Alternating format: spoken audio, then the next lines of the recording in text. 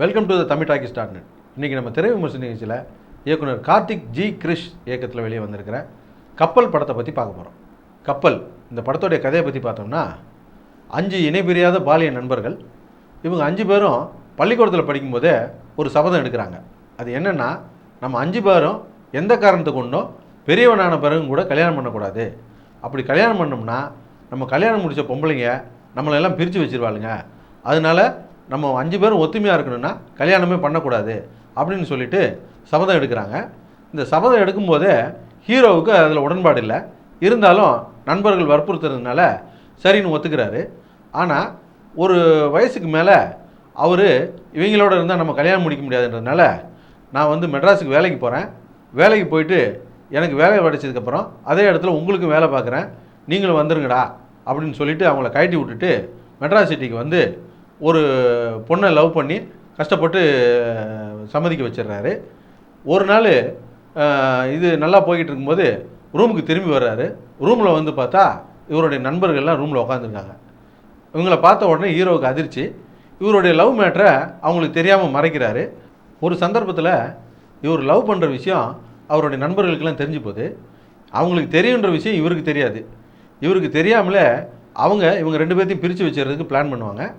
அந்த பிளானில் இவங்க 2 பேர்த்தையும் பிரித்து வச்சாங்களா, இவங்க 2 பேரும் சேர்ந்தாங்களா அப்படின்றது தான் மீதி கதை. இந்த படத்தை டைரக்டர் சங்கருடைய அசிஸ்டண்ட் தான் டைரக்ட் பண்ணியிருக்காரு. டைரக்டர் சங்கர் தான் அவருடைய எஸ்பிச்சர்ஸ் மூலமாக இந்த படத்தை ரிலீஸ் பண்ணியிருக்காரு. இந்த படத்தை பார்த்துட்டு டைரக்டர் சங்கர் என்ன சொன்னார்னா, இந்த படத்தில் முழுக்க காமெடியாக எடுத்திருக்காங்க, நல்லா ரசித்து பார்த்தேன், படம் நல்லா கமர்ஷியலாக வந்திருக்கு அப்படின்னு சொன்னார். நம்மளும் போய் இந்த படத்தை பார்த்தா சங்கருடைய அசிஸ்டண்ட்னா சும்மாவா அப்படின்னு நினைக்க தோணுச்சு. ஆனால் படத்தோடைய செகண்ட் ஹாஃபை பார்த்தா இந்த படத்தை அவர் ரசித்து பார்த்தேன் அப்படின்னு சொன்னார் அப்படின்னு நினைக்க தோணுச்சு. காமெடி படம்னா நமக்கும் தெரியும், அதில் லாஜிக்கெலாம் பார்க்கக்கூடாது அப்படின்ட்டு. ஆனால் இது படமாகவே இல்லை, ஸ்டேஜ் ட்ராமா மாதிரி இருந்துச்சு. செகண்ட் ஹாஃபு நாடகத்தனமாக இருந்தாலும் ஃபஸ்ட் ஹாஃப் ரொம்பவே நல்லா இருந்தது.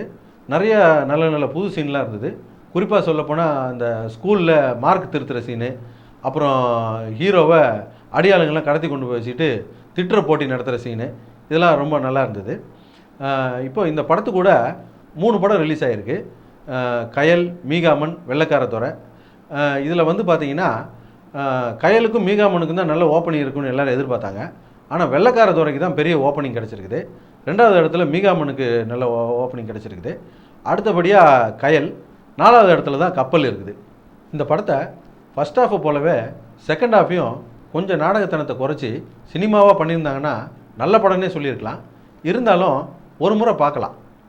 எங்களுடைய நிகழ்ச்சிகள் உங்களுக்கு பிடித்திருந்தால் உடனுக்குடன் கண்டு மகிழ கீழே உள்ள சப்ஸ்கிரைப் பட்டனை அழுத்தவும். எங்களுடைய நிகழ்ச்சிகள் உங்களுக்கு மிகவும் பிடித்திருந்தால் உங்களுடைய நண்பர்களுக்கு ஷேர் செய்யவும். நன்றி, வணக்கம்.